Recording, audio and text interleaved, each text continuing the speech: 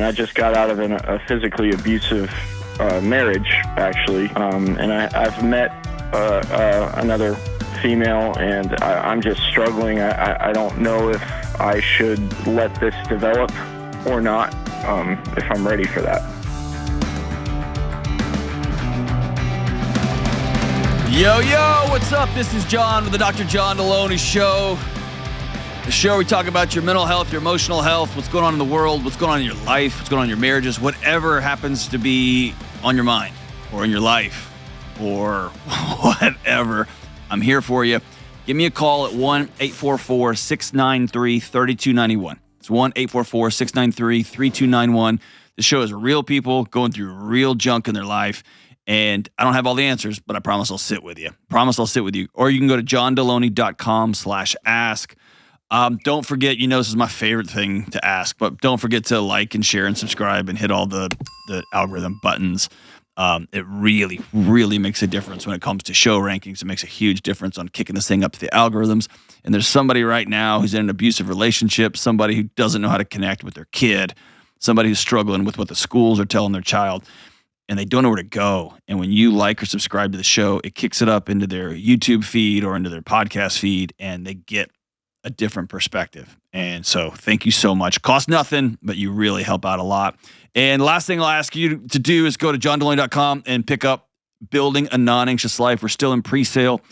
It is breaking every record we got around here, and it's awesome. I'm super excited about it. In fact, I don't even know what to say. I'm kind of speechless. And you all know, if you listen to the show, that is a rare thing that I run out of words.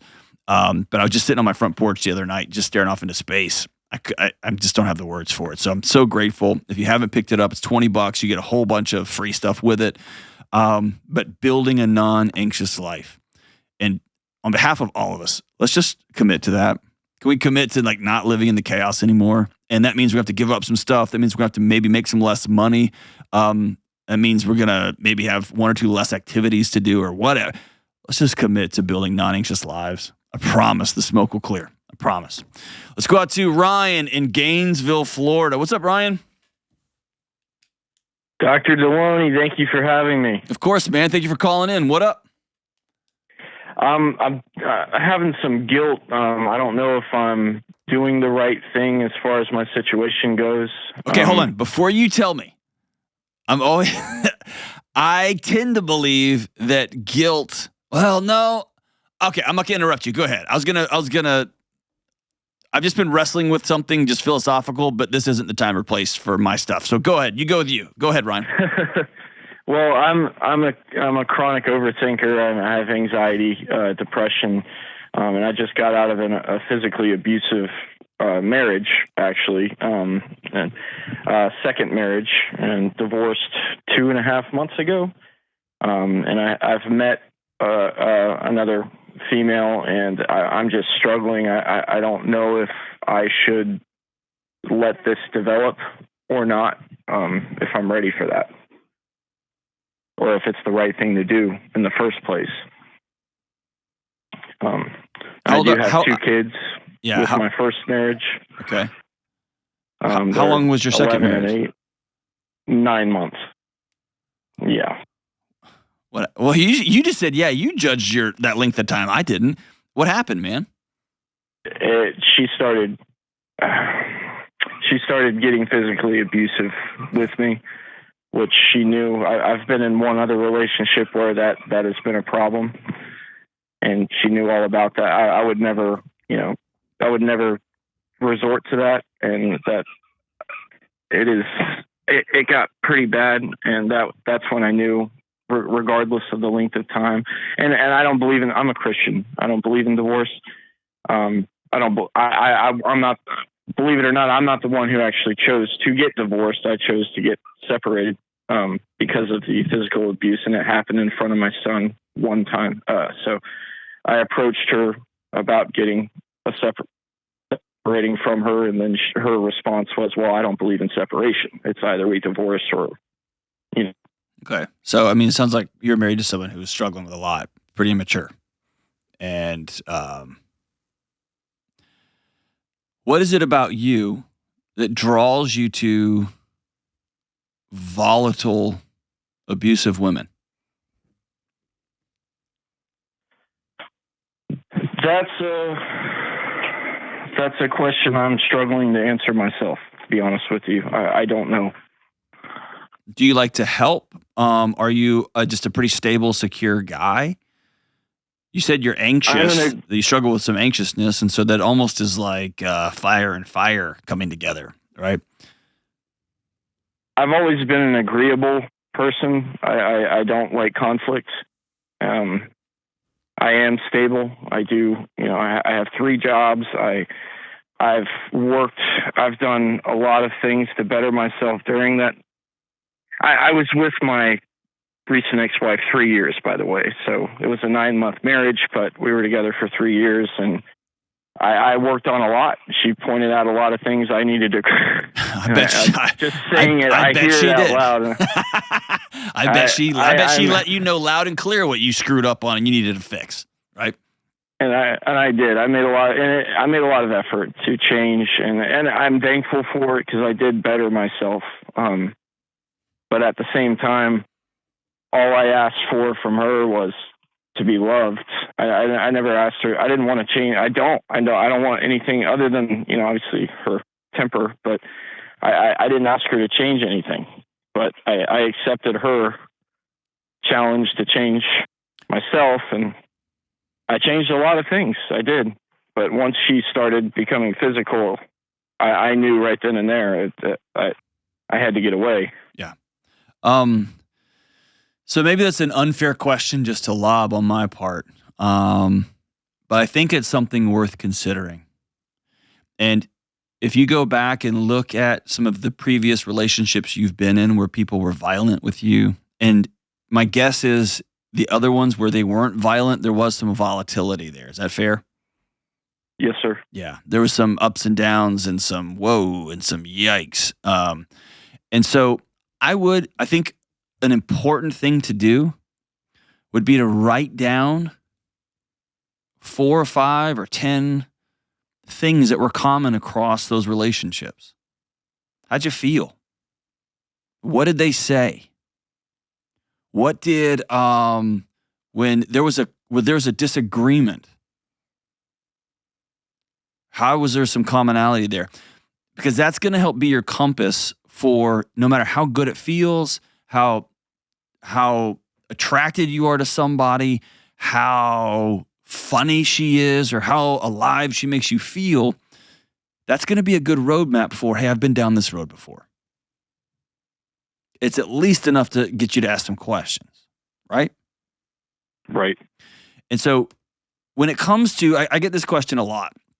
How long after I'm divorced should I start dating? How long should I don't have a, you need to wait 6 months or 4. I don't have a thing. Because a lot of marriages were done 5 years before they actually get divorced. They were over for a long time. And some marriages, like yours, like, hey, I just want to take a separation for 30 days. And she's like, well, fine, I file on you. And it's just over, right? And so some of that is some smoke clearing. I think my general wisdom is, if you can't talk about your previous relationship without your heartbeat taken off on you, you're probably not ready. If you can't walk through, here's what happened, here's where it was so good, and here's where it wasn't so good, and here's where we are now. If you can't do that, you're probably not ready to start dating. And I'll go one step further. I think we get obsessive about finding the next forever person. You have permission just to go have friends, man. Go hang out. You don't have to end up sleeping with everybody. You don't have to end up in a romantic relationship with everybody. You can't just go have fun, hang out. You know what I mean? Like it's hard once you're married. It seems like, all right, now we're back into you either go like, I'm gonna go play the field, bro. That's dumb. Or, all right, I got to find the next. I mean, there's some middle ground there. See what I'm saying? Yes, sir. I feel like my faith has allowed me to change my viewpoint as far as what you just mentioned. That's always approached dating, that trap I put myself into. But this time, after this second divorce, I really prayed about it. I've sought counsel from my church, and they've said exactly what you just said. Just focus on myself and just let God show me the way. And Well, but some of that language is kind of, you got to be careful about that. Right? Because it's like he's just gonna put the person in front. I mean, you gotta go out, right? I know people who are still just sitting at home waiting. Like, nope, I've been praying, and God's just gonna send them out. And it's like, well, dude, you gotta leave your house, right? So it's both and. It's both and. See what I'm saying? Right. Gotcha. But I don't think that means. I'm not going to tell you if you've met somebody that's kind and great and just seems like a good human being to be around. I'm not going to say like, no, you cut that person off. That would be dumb on my part. I also think you're 0 for 2 on marriages, right? Yes, sir. So, and my guess is you had some volatile dating relationships before those marriages or in between them. Is that fair? Yes, sir. So maybe before I get back in the batter's box, I am going to get with a hitting instructor and figure out what I'm doing wrong with my swing. That makes a lot of sense. And when you're when you do it that way, you're not worried about what the pitcher's throwing. You're worried about your swing mechanics. And I think I'm a sports writer, so you're talking right to me. There you go. Yeah. So you're not worried about what the pitcher's going to throw. I'm worried about how my stance is and how my feet are and how my hips turn and how my, all that stuff, how my wrist turn over. So all that to say is I would get somebody just to walk through with you, and a good counselor can do that for you. They can walk back in time with you. Also, a couple of wise men that are 10 or 15 years older than you that would just agree to have coffee with you once a week or once a month, that could be amazing. And you could say, hey, I've had this with women. I clearly am not good at dating or being married. Can y'all help? And dudes love giving advice to each other, right?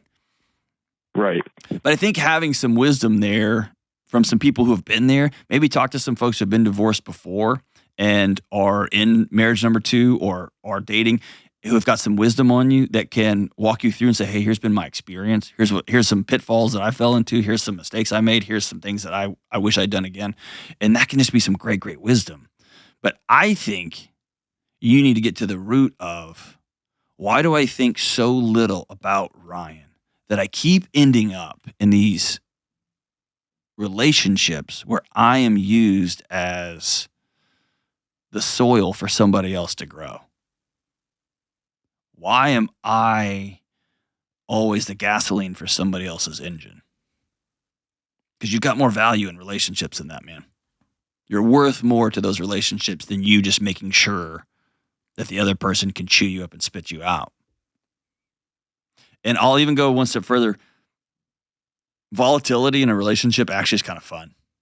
Like fighting, making up, hooking up, like all it's fun. Like there's some energy in there. There's the words I hear are alive. People say like, I felt alive. And that's cool. But I'll tell you, you know what also is cool? Warmth, laughter, water fights, being silly.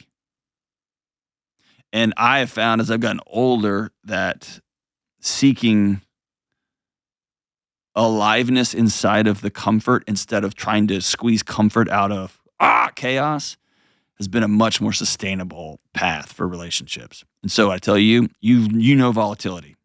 You know bonkers. You know yelling and screaming. You know punching and kicking. I want you to practice peace.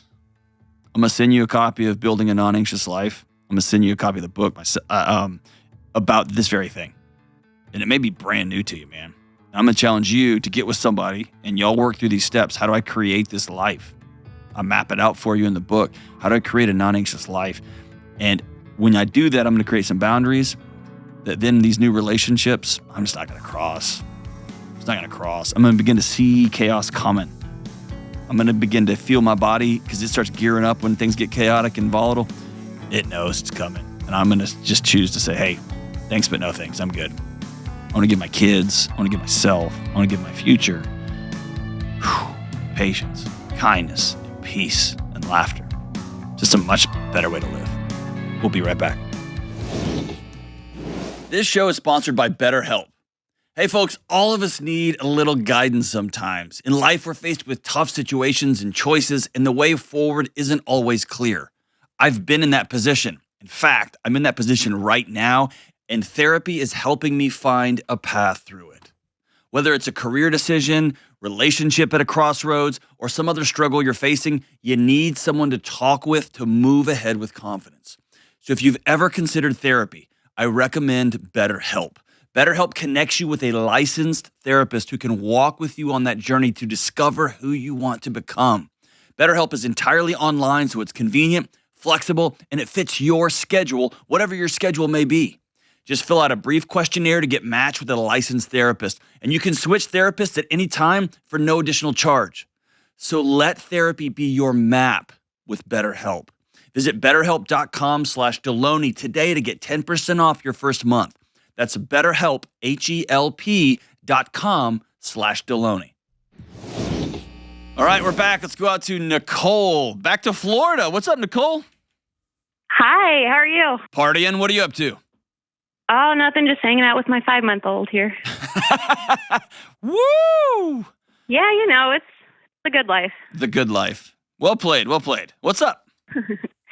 Okay, so my question is, how do my husband and I best raise our sons to not latch on to like OCD tendencies when I've been diagnosed with OCD and I also have anxiety? Welcome to the gang, dude. Yeah, right? Welcome to the gang. It's a party, isn't it? What a fun club to be a part of, right? Yeah. Okay, so how old are your kids? You have 5-month-old and what else? I got 5-month-old and an almost 2-year-old. And I've been noticing with the 2-year-old that he is already, so my OCD it's been called religiosity or scrupulosity. Sweet. So deals much more with like, in my thoughts and my speech rather than like organizing and stuff like that. Yeah. Hold on. When you get really, really, really tired, yeah. What's the physical manifestation? Oftentimes it's guilt. Like all of it is focused around guilt. And I think I grew up in a pretty, fairly religious Mennonite house. And so I think it's based around worrying that I'm going to sin and go to hell. Like that's the, I don't think about that. That's kind of a big consequence, right? Well, yeah, it is, rather life-changing. Yeah, some people don't want to get in car wrecks, right? So they don't drive or they don't want to leave their house. You just don't want to be tortured for eternity, right? Exactly. Fair. Exactly. Fair to your poor, sweet little body trying to absorb all that. Yeah. So like it's guilt, a lot of guilt and like fear of judgment. Okay, let me ask you a scary thing. Yeah. What does that guilt get you? Because it gives you something. What does it give you?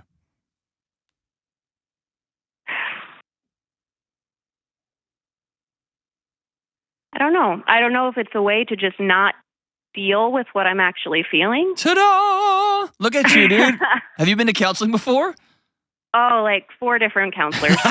All right, good. Yeah, well played. So you've put some work in already. I can tell. Yeah. Yeah. So it's a good way for your brain to distract you from reality.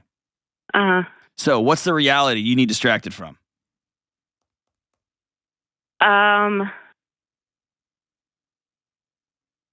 I don't know if in that case that like you're beautiful, that you're a uh, great wife, that you're a fun friend, that you're a good mom.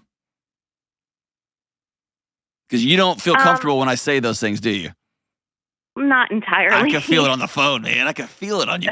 And I'm not even looking at you. Why can't you hear that? I can hear it. I just think it's hard for me to say out loud to others. Like, I feel like it's immodest. There you go. And so do you realize that your core sensor is that this whole thing, that this whole body that you inhabit is wrong? That it's broken? You have to, your body is distracting you from you. And that is a recipe for hell on earth. Mm. And I'm sorry that your other counselors didn't tell you that. Do me a favor. Put your hand, like open up your hand and put it just below your neck on your chest. Okay. Say the words out loud. I love this girl. I love this girl. Okay. Was that easy to do? Or is that hard? Or are you It was just performing awkward. for the show? It was awkward. I want you to do that 10 times a day in front of the mirror. Here's what you have to make peace with. You have to make peace with you. And I know you called about your daughter. We'll get to your daughter, son. We'll get to your kid. Mm-hmm. But I live this life that you're talking about. And it's when I realized that my body was trying to protect me from what was going on. And it was sending me signals. And so OCD wasn't a thing to run from. It wasn't a thing to be terrified from. And by the way, I have to say it up front. Mine's not debilitating. Mine's frustrating and annoying, but it's not debilitating. Like Mine's not either. I don't wash my hands till I bleed or anything like that. Mm-hmm. But I do have to make a bunch of laps around the house in the evening to make sure the doors are locked, and I do count, I do blink, and I got all the stuff. It's fine. Here's the deal. It's my body trying to get my attention. Almost always. Okay? Mm-hmm. That's number one. So I don't want you to give up on Nicole. It is not immodest. In fact, as far as I'm concerned, it is honoring the person God created to tell the truth about yourself. And if you're beautiful and you're a good mom and you're a great wife, not perfect, none of us are. It's dishonest to not say that, to not live into that. Mm-hmm. Okay? And I know that takes work, especially when you've been told by everybody you know and love and care about that that's wrong. And that will get you towards your worst fear, which is burning in hell for eternity, right? That's number one. Number two, I'm going to be careful about, because I don't want to put my kids' stuff out there too much. Uh-huh. But I will say, I sat down with one of my kids just about a year ago. And here was the conversation I had. I have a very special brain. And my brain pays very close attention to certain things, and it is very good at reading a room. And because it's good at reading a room, I can make people feel comfortable and give them some peace. I can also make people feel very uncomfortable because when I'm not paying attention, right? Mm-hmm. And I told one of my kids, you have that same special brain. And it's a gift, and it's just something that makes us different, and we have to work through some things that other people don't have to work through. And that phrase, special brain, because one of my kids was counting a lot and asked my wife to turn the radio down because they were trying to blink between every drum beat and they couldn't keep up. And my wife just was like, oh, good. My husband created another one of him, right? and at the same time, I would submit that it's been a superpower. It's really frustrating to work with me sometimes, right? And I think it can be fun too, right? So all that to say is this, that phrase, special brain, and the phrase, I have it too, and the phrase, and so we have some extra work to do, those are your 3 magic points. Okay? Okay. Number 1, there is a genetic and a neurological basis for OCD, period. It just is. Mm-hmm. And genes are most often expressed environmentally. Something in the world that they're growing up in sets them off, like a light switch, right? Mm-hmm. And so, if you have parents with OCD, you have parents with ADHD, you're probably going to have kids with ADHD, or you're not probably, you're going to be statistically more likely to. 1, because there's a genetic component, and 2, you've created a household that has chaos in it, right? And that's your body's response to it. So, the second thing is you're going to let your kid know you're not alone. I'm with you. And there's something about social norming, especially with kids, letting them know you're not crazy. You're just like me. And right now, you don't believe it, but you're the most important person in the whole wide world to this little kid. Mm-hmm. And in a weird way, they get to be like mommy. And the third thing is it's a context, not an excuse. The world will not bend to us. So when I need to check the locks 3 times before I leave my house, or 5 times, or however many times I need to do it, I got to get up earlier because my work starts at 8 o'clock, right? The world doesn't bend to me. You can ask Kelly. She does not bend when I'm late, right?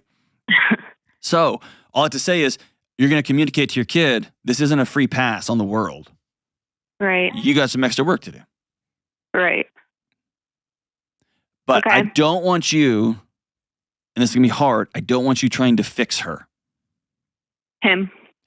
Okay? Okay, well, okay, I have a couple questions. Bring him. Okay, well, he's only 2, so at what point do I have that conversation with him? What's an age appropriate? What behaviors is he already exhibiting? Okay, well, that was my other question. I'm on, okay, well, so I'm a worrier, so I'm constantly like, oh, he's dying of cancer, or oh, and so I'm obviously going to be like, oh, he has OCD already. Look at that. So I don't know if I'm over concerned or if it's valid. Yes. So like he'll do stuff like closing the doors and none of these things are every time. It's not like every time he sees a door open, he has to close it, but for someone his age, it feels a little peculiar to me. Like he'll close doors. Have you ever been around 2-year-olds before? A little bit, not a ton. Okay. You don't really know what peculiar is. Your kid's, I'd be willing to bet your kid's great. Oh, no, he is great. I know he's great. He's fantastic. I just don't know if the behavior is, I don't know if normal is a word for a 2-year-old. It's I don't not. think there is a normal. I mean, there's some way outside of the bell curve stuff. And I also think as a culture, we've gotten so obsessed with these norming things that we've made our kids who are special in and of themselves. Like every kid has like a thing. Right.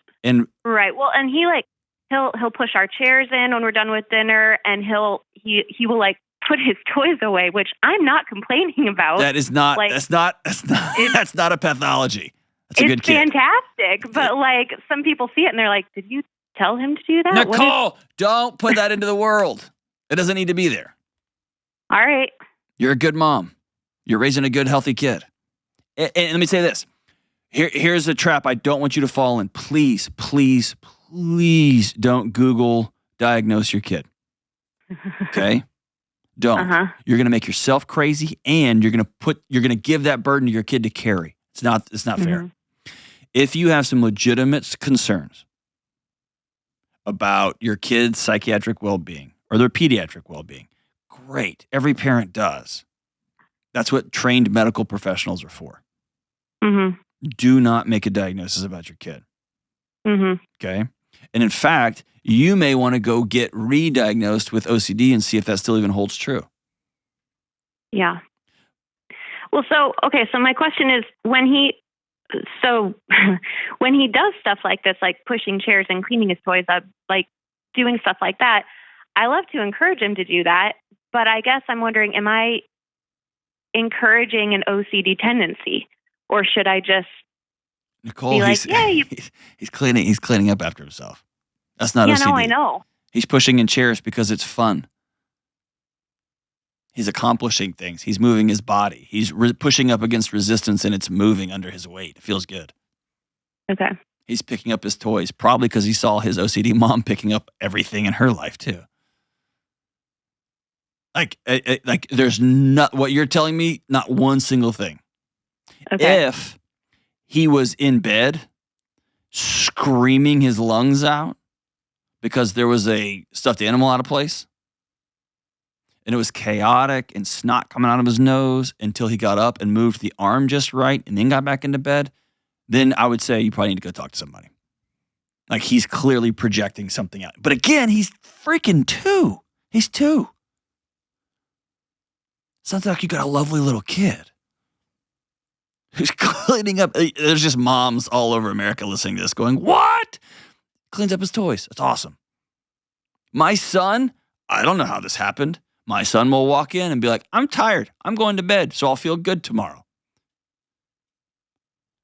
I don't know where he got that from. But he doesn't need to go see somebody. It's just amazing behavior that I want to encourage. I was like, way to go, man. I'm glad you honor your body better than your dad does, because your dad's like, I'm tired. I bet I could drink some coffee and stay up later. Whatever. I think your kids are good. I think the work that needs to be done here, Nicole, let's start with Nicole. And I think it would be time to go get reevaluated, okay? And sit down with a psychologist or sit down with a counselor and say, I'm ready to confront my OCD head on. And there's some behavioral techniques, there's some therapeutic techniques that are showing incredible efficacy. There's even some medication that's showing some incredible efficacy. But I think it's time to tackle it head on. And what we're going to create is some peace in your house. I'm missing you building a non-anxious life too. Oftentimes, especially with thought OCD and anxiety really commingle a lot, and it takes a pretty sophisticated practitioner to parse them apart. But I'm going to send you a copy of this book too, because I want you to check it out. You and your husband can read it, and I think it might be good to work through. Because I think backing out 30,000 feet and handling some of these peripheral things might be a gift to you in the long haul, and maybe turn some of these alarms down. Whew. Again, if your kid does some things that really, truly worry you, or as importantly, a couple of moms in your circle that you trust that say, hey, is this normal behavior? And they're like, yeah, it's fine.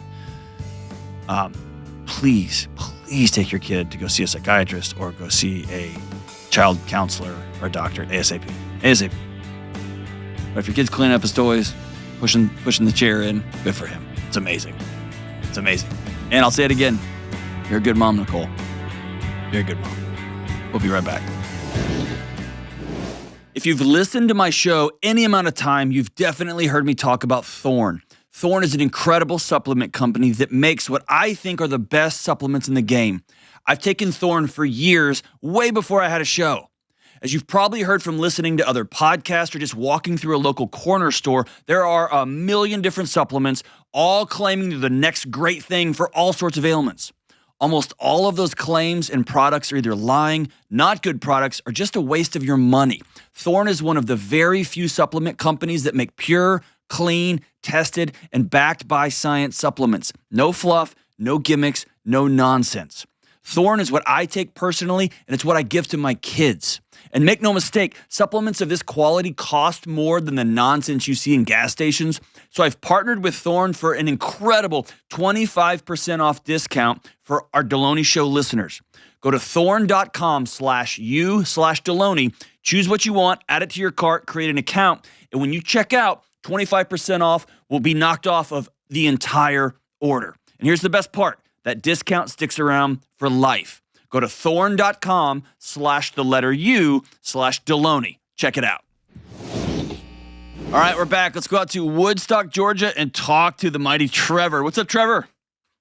Hey, how's it going, Dr. John? Doing good, my man. What's up? So my main question here is, how do I rediscover my identity and gain confidence in who I am so I can create a more peaceful life for my wife and myself? Where'd your identity go? I don't know. I lost it along the way somewhere.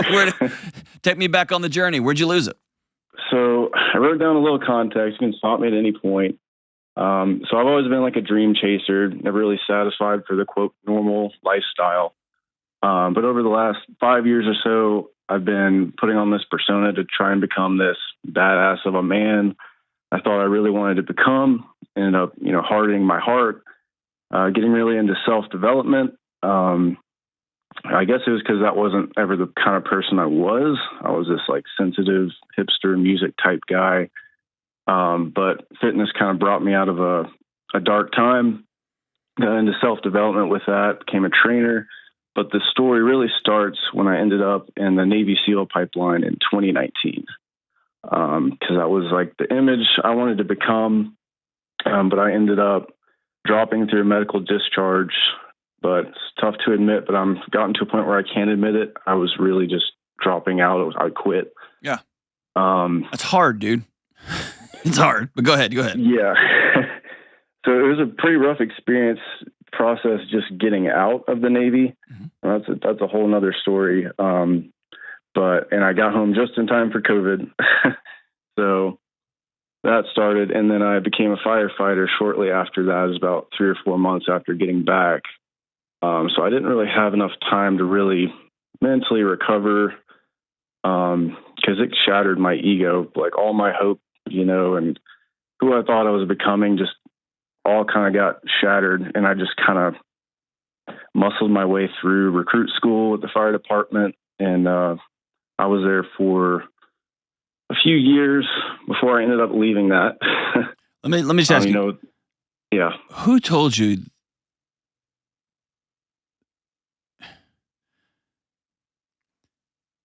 There's a running ticker tape. You know what that is? Like when you watch the news, that little stock market ticker that runs underneath it just all the time.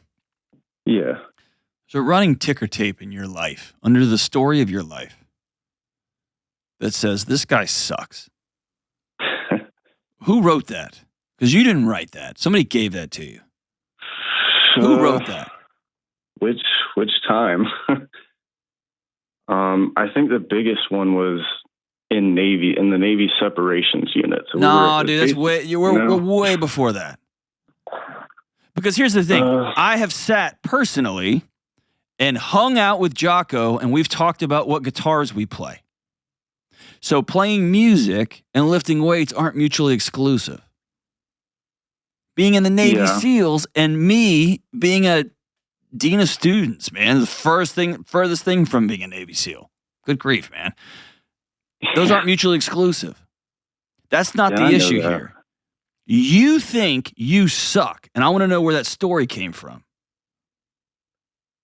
Because you chased it with hipster and clothes, and you chased it with music, and then you chased it with muscles, and then you chased it with David Goggins fantasies, and then you chased it with fire jumping fantasies. You're running from something. What are you running from?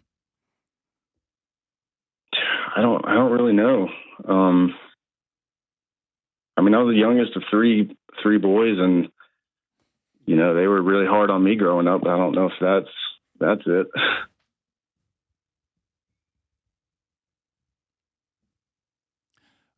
I mean, we could probably talk for hours and unpack it. Here's the deal. Like, you're not a piece of crap, man. And my promise to you is this, 1,000%. If you were, and I know this because I'm friends with them. If you were a Navy SEAL right now, you still would not like Trevor. Period. If you, and you fantasize about this, if at one of the firefights you were involved with, if you saw a baby and you raced in there and got the baby out, because I know you've played that out in your head before, you would feel good for a minute. And then the next day, you would not like Trevor. The crappiest thing about accomplishment is you go with you. Yeah. And the crappiest thing about failure is you go with you, right? Yeah. So let's take the Navy SEAL experience, right? Most people wash out because it's designed for most people to wash out. And as someone who benefits from having elite military force out there fighting on my behalf, a guy they don't even know, I hope most people wash out because I want those who don't to be, you know what I mean? I remember spending some time with Jocko, and I was like, kind of my thing is like everybody's we're all the same down to the core, right? And then I remember about a half hour in, I was like, oh no, we're different. We're different, right? And so I want that. I'm happy for that. And what about that experience washing out? Weren't you able to go, all right, man, I found my limit. I found the end. And that's awesome. Most men go their whole life and they never know where that end is. They never know what they're capable of, and they never know how far they can push themselves. You found out. So what about that wasn't a celebration? Of course, you wanted to be a SEAL, and there's some disappointment there. But what about going, all right, I trained as hard as I could, and this is how fast I can run a mile. I know. Why is that? I guess it confirmed what I was trying to disprove in myself. That you were some kind of loser? Yeah. Where does that story come from? I don't really know. All right, so what are you doing now? So I'm in pest control, but the next part of the story is I'm running an online coaching business, and I'm on my last week of full-time job because I've gotten to a point where I can take it full-time. So that's where I'm really trying to dial in. I'm going to say something really hard right now, and you're not going to like it. Is that fair? Cool? Yeah. Well, let me ask it instead of saying it. Do you have somebody who is running so hard for themselves? Do you have any business coaching other people? Do I have what? Any business coaching other people right now? I mean, I'm having some success. Of course you are, because you know all the right things to say. You're a real smart guy. And you've watched all the videos. Mm-hmm. Yeah, that's definitely a thought I've had. And let me answer the question. I'm calling. Well, let me answer the question for you. If you don't quit on Trevor, the answer is yes. This last book I wrote about anxiety, I ended up leaving my family for a week, and I went to a hotel and checked in and had to write myself out. And I spent time in the hotel gym and in front of a computer 24 hours a day for a week. I went crazy.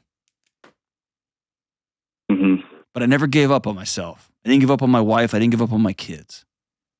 I didn't give up on my community or my friends or my job. I kept going. And sometimes it was one tiny, tiny little step in front of the other, but I didn't quit. And so, did that disqualify me for helping people with emotional and mental health? No. Because I'm on the same path that everybody else is. In fact, I think it gives me some empathy and it gives me some understanding when somebody calls you and says, "Hey man, I don't know which way to turn." You can go, "Dude, I know." Mm-hmm. But you sound like you are dangerously close to quitting on Trevor.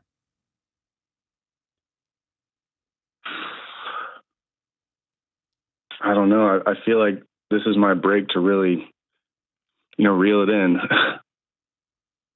I need you to hear me say, the world needs more coaches. Men need to have coaches in their life. And this will not solve you.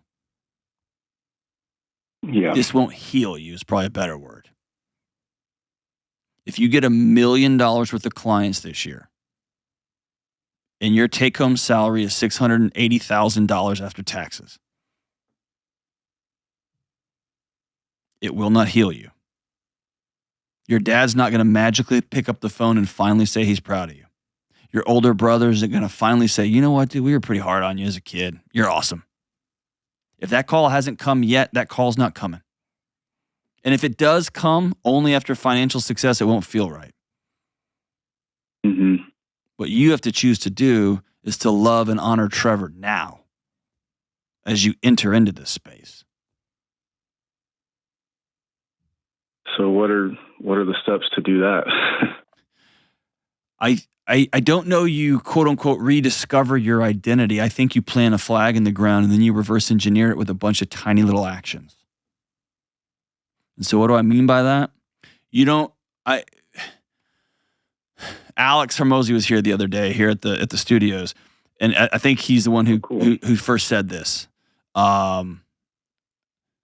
Confidence, you can't think your way to confidence. You can't just imagine, like, I'm going to be confident. I can fight that guy because your body knows. No, you can't.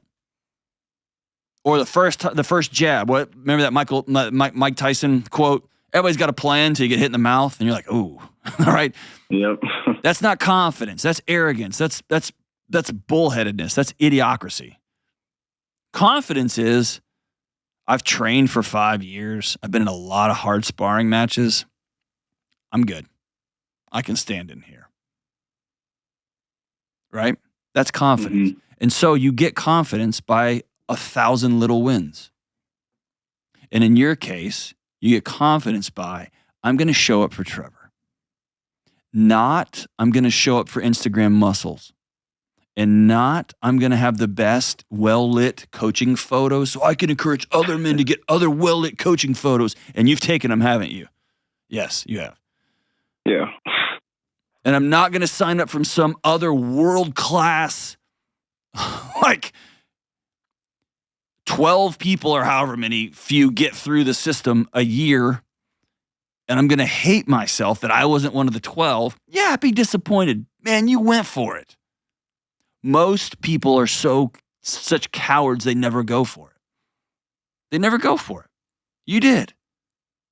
It doesn't mean you quit. And I'll say this.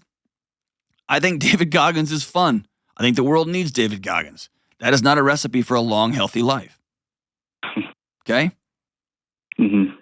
I have chosen, whether that makes me a weak or a coward or whatever, that one of the hardest paths you can take is to every day be a present father, to every day show up in the boring and mundane and be a present husband. And to do that, to take care of my body and exercise and to get enough sleep and to get off my stupid phone, all those things that you know in the self-development space. But you got to ask yourself, why? For the Instagram photo? Because you think it's going to heal you? Because it's not. It has to be because Trevor's worth it. Yeah, that makes sense. I'm going to ask you to do something I just asked another caller to do that my therapist asked me to do, and it freaked me out. Okay? All right. I want you to take your hand and open it as wide as you can and put it right in the middle of your chest. Okay? All right. Did you just flex just now when you did that? I'm just kidding. But, Oh, you probably did. Yeah, I know you did. I knew you did. I knew it. All right, I want you to say out loud, I love this guy. I love this guy. Say it one more time. I love this guy. Is it true? Yeah. How do you love Trevor every day?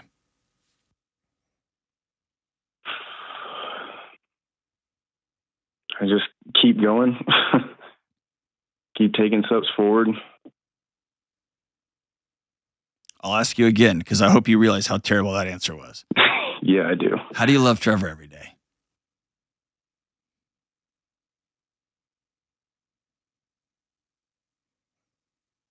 I appreciate his good qualities. I don't know. I'm bad at this. All right, I'm going to give you a couple of things. Here's how I appreciate John Delony. Okay?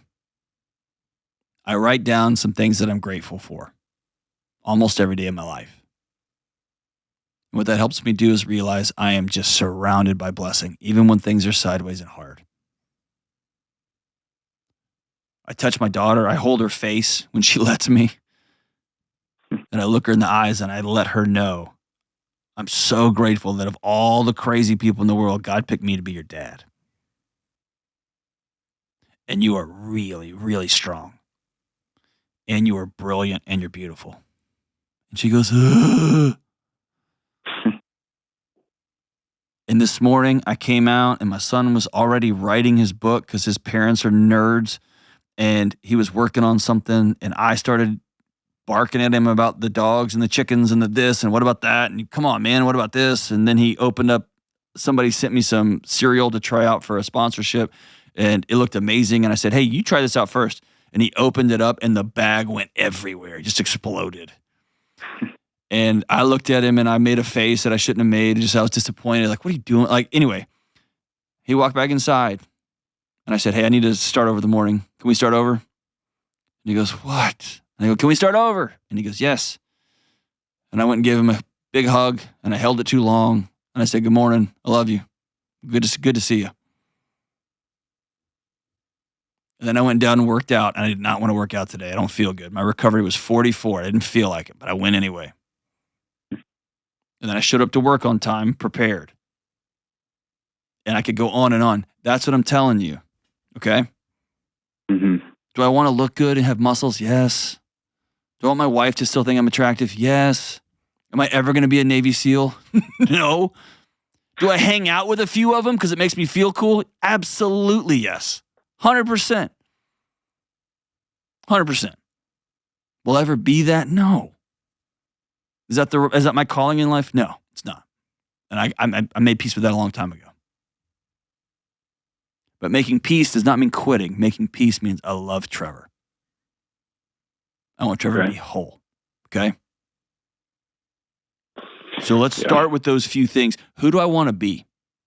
I want to be a dad who's a good guy. I want to be a husband who shows up and he's present. I want to be a great small business owner, which is what you're going to be doing when you're coaching full time. Cool. Mm-hmm. I'm going to reverse engineer that. What do I need to do every day? My identity becomes a series of actions. What do I need to do every day to become a great present husband? What do I need to do every day to be a great present dad? What do I need to do today to be a great small business owner? Show up for my clients. Start there. I want to be a great community member, a great member of my church, a great member, like fill in the blank. But start there. Do those things. And what you're going to find is when you show up for yourself, when you do the things that you told yourself you were going to do, that's confidence. Confidence is well earned. Because at the end of the day, you trust Trevor. When all else fails, Trevor said he was going to work out for 30 days in a row. Even if it was just walking around the block, Trevor worked out for 30 days in a row because Trevor trusts Trevor. That's confidence. Confidence is a huge foundation made up of a bunch of little bricks of you doing what you said you were going to do. And you can look behind you and you got the proof. You can't think your way to confidence. You can't will your way. You can't manifest confidence. You got to go do. I wish it was different, man. I wish it was different. We tried it with the self-esteem movement. Utter failure. Doesn't work. You have to go do. But you also got to do from a place of, I've got value and I'm worth doing it. And you, my brother, are. Hang on the line. I'm going to send you my book also, Building a Non-Anxious Life. I want you to read it. I want you and your wife to read it. I want y'all to go through it together. I think it'll make a big impact on your life. And by the way, congratulations for going through the Navy SEAL tryout process. Most men live quiet lives of desperation. You at least went for it. I'm proud of you. We'll be right back. Hey, what's up? Dr. John Delony here. Check it out. My new book, Building a Non-Anxious Life, is now available for pre-order. Here's the great news. Anxiety is not the enemy we've been led to believe. I know this because I've walked alongside countless folks over the last 2 decades, and I've struggled with this too.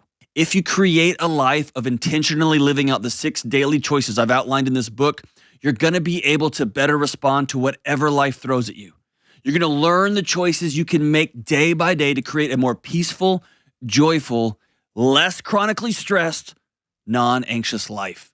Plus, when you pre-order my book, I want to give you something to help you today. That's why you'll instantly get my newest talk, Smoke, Fire, and Freedom, that I gave to several thousand folks a few months ago, where I break down the misunderstandings and myths we believe about anxiety, how to reclaim your freedom, and how to build a non-anxious life. So pre-order Building a Non-Anxious Life today for just $20 at johndelony.com. All right, as we wrap up today's show, we're going to go with the great Tom Petty and the Heartbreakers, one of the best of all time to ever do it. The song's called American Girl, and it goes like this.